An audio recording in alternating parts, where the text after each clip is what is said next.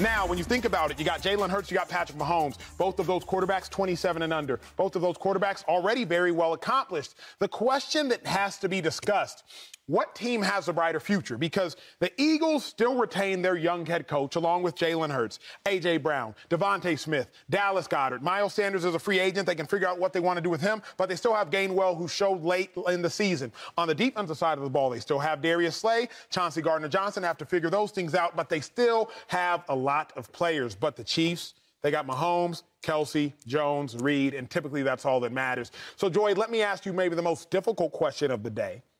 Which team has a brighter future, the Eagles or the Chiefs? Oh, those scrappy underdog Chiefs. Just happy to be there, clawing their way to the Super Bowl. Who would have thought? I mean, I think you have to go with the Chiefs because the Chiefs won. So they've won with this core, which is the important part, which is what I've been saying all week. They are in the best position moving forward. Obviously, they have Mahomes locked up. If they didn't have that secured, then maybe I'd be a little more concerned. We know as big as that deal is and as long as it is, it's actually a very team-friendly deal. I'm sure he will continue to rework it if it at any point becomes something other than that. You have Kelsey, and of course you have Andy Reid. So, and their core coaching staff is staying in place as well for the most part. So the other thing I think that they've learned about themselves this year and that we've learned about the Chiefs this year that would make me feel this way is we got to see them rework after losing a massive star and what they were able to do without Tyreek Hill. So the anxiety of, oh, we just won the Super Bowl. Are we going to be able to keep everybody? If we lose a star, will we be able to replace him? Yes, they did. And they look different, but it didn't matter. So I think they're in the best position moving forward with the core that's in place, with Mahomes locked up with the money, Travis Kelce, and Andy Reid. I'm so torn here, Dave, because I want to agree with Joy. But then when I look at the talent on the Eagles, despite the pieces that they lose, because I think the biggest piece that the Eagles need to retain is really Chauncey Gardner-Johnson, and then more than anything, either Brandon Graham or Fletcher Cox, mainly from a leadership perspective. Not so much from a impact on the field perspective, though Brandon Graham did have 11 sacks last year and is at 33 or 34 years of age. But the Chiefs, with Juju Smith, with Justin Watson, with Marquez Valdez-Scantling, the Chiefs, Patrick Mahomes, 3 touchdowns, no picks, with Sky Moore, with Kadarius Toney, who the Giants didn't want. The Chiefs still won the Super Bowl. Yes. So I don't know how you can look at the Chiefs and not say their future is brighter than anybody else's because they still won the Super Bowl and they didn't need A.J. Brown, Devontae Smith, Dallas Goedert on offense to do it. But what's your answer? And that's why it's the Chiefs. I feel great about the Eagles. I've said a million nice things about the way they've built their teams. But how do you argue with, first of all, I mean, they've done it, and they've done it twice. They've actually done it after retooling. This is not really that close to the team that won Super Bowl 54 a lifetime ago. 4 years is a lifetime in the NFL. And they retooled. They traded Tyreek Hill away. They collected a new amount of talent. They built their team in a different way. And they still won the Super Bowl. Patrick Mahomes isn't going anywhere. He's got a huge contract, and it's still team-friendly. Patrick Mahomes, best quarterback walking the earth, only has the 3rd highest cap hit in the league right now. Lesser quarterbacks have a higher cap hit than he does already. Now you look at it and say, okay, maybe we lose Juju Smith-Schuster this year. Maybe we don't want Marquez Valdez-Scantling around. Well, they traded for Kadarius Toney. He got there halfway through the season and wound up making a huge impact. That's a guy you can add to your offense. You've got Sky Moore, who had a much better playoffs than he did a regular season. That's an intriguing thing. You got a ton of draft picks because the Chiefs are never afraid to wheel and deal. By the way, the Chiefs kind of took a step back on defense this year. They were leaning on rookies in a big way. Chris Jones obviously is a big part of it, but that's really their only big money defender. Nick Bolton's on a rookie contract. He played the game of his life the other night. They got rookies all over the secondary. They drafted George Karlaftis to become a pass rusher of the future. So outside of Patrick Mahomes, who's not going anywhere, they're fairly young. And I just think it's incredibly impressive. And then obviously there's just the known commodity. We know what Mahomes is. There's no guessing. And again, they retooled. They got rid of one of the best receivers in football and still won the Super Bowl. I think the world of Jalen Hurts, but we haven't seen him do it without that supporting cast. And that's where the anxiety comes in. It's not a knock on Jalen. It's just saying eventually you will be expensive. And that means that you won't have a Pro Bowler at every skill position at some point in the future. And can you still do it? Not saying that he can't. I'm saying we don't know that. We do know Patrick Mahomes can basically do everything. You know, I saw something after the Chiefs won the last Super Bowl. Somebody posted online, and it really made me think. They said that the Chiefs should be the odds-on favorites to win the Super Bowl every year Patrick Mahomes is starting at quarterback. Yeah. And at first I wanted to dispute that, but why? Exactly. I eventually said why. Until we know they're going to be in the AFC Championship game until somebody proves that that's not the case. We just finished year 5. They've literally always been at least in the semifinal, and they've been in the Super Bowl 3 times. So yeah, going into any season that he's the quarterback. Not saying they're going to win every Super Bowl, but who would you pick before you pick them? So this is my thought process, though. My thought is this. Like, again, I hadn't been big on the Chiefs roster. Clearly, I got knocked for that. I'm still not very big on the Chiefs roster because I believe in what Andy Reid said is like they took a bunch of guys that were discarded from other teams. Really, I'm talking about skill. When I assess the game of football, I usually look at it through the lens in which I played. I look at it as a defender. I think about how many players really strike fear in my eyes. Justin Watson, he doesn't. Juju Smith, he doesn't. Sky Moore, he doesn't. Marquez Valdez-Scantling, he doesn't. Kadarius Toney, kind of does. Maybe, but yeah. I look at the Chiefs roster and I'm like, wait a second.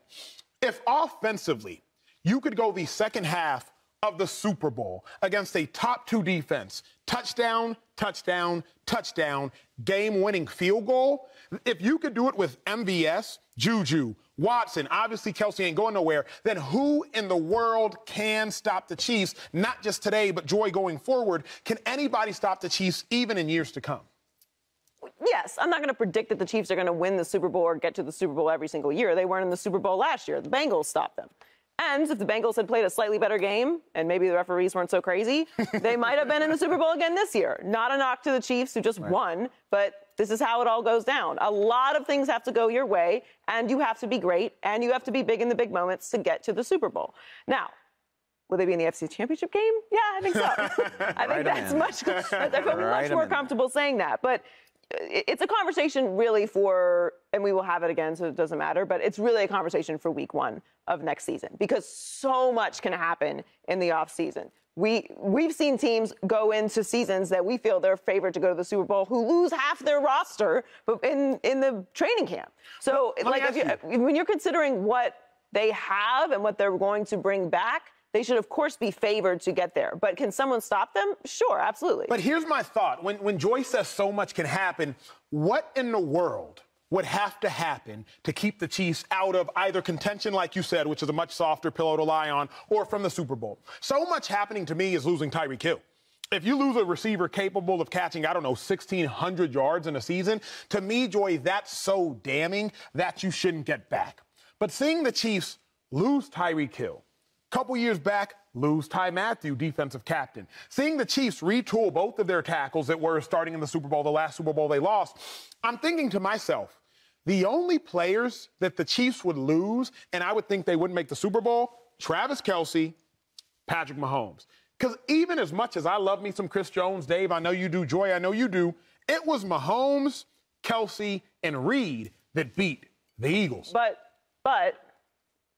let's keep in mind, a big part of the reason why they won the Super Bowl, outside of Mahomes being incredible, was the big guys that Dave mentioned yesterday. The offensive line was impeccable. Great. And we've seen the Chiefs lose because their offensive line wasn't in place. Now, I'm going to predict someone will get injured from the Kansas City Chiefs next year. So, let's just count on that because everyone deals with injuries. But key injuries can affect what happens to you getting there and winning. We've already seen that. They had everything that you mentioned before and Tyreek Hill and still lost because they had key injuries on the offensive line.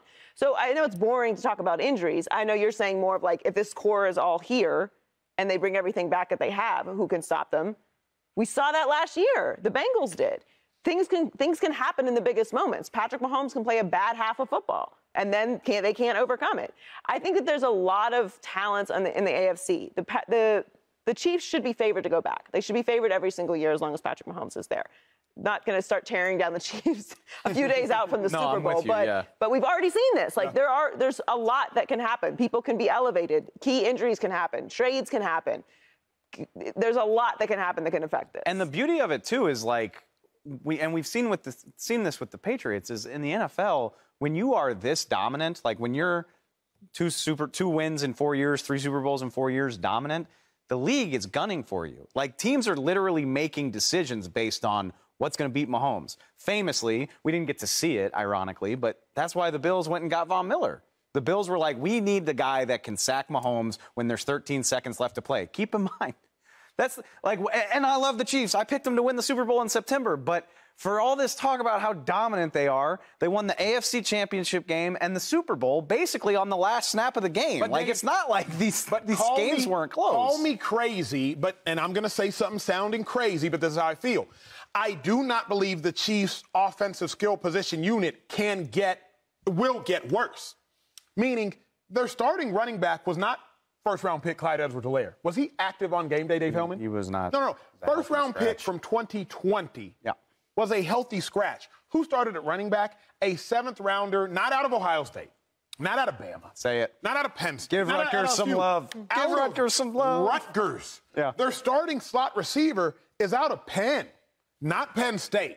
Their next slot receiver, Juju Smith, was a castaway from the Steelers. Their other slot receiver, Marquez Valdes-Scantling, averages 30 catches a season. Okay. Like, I'm just thinking to myself, it's not as if the Chiefs are only going to get better. Can I rebut? But, I mean, other teams get better, too.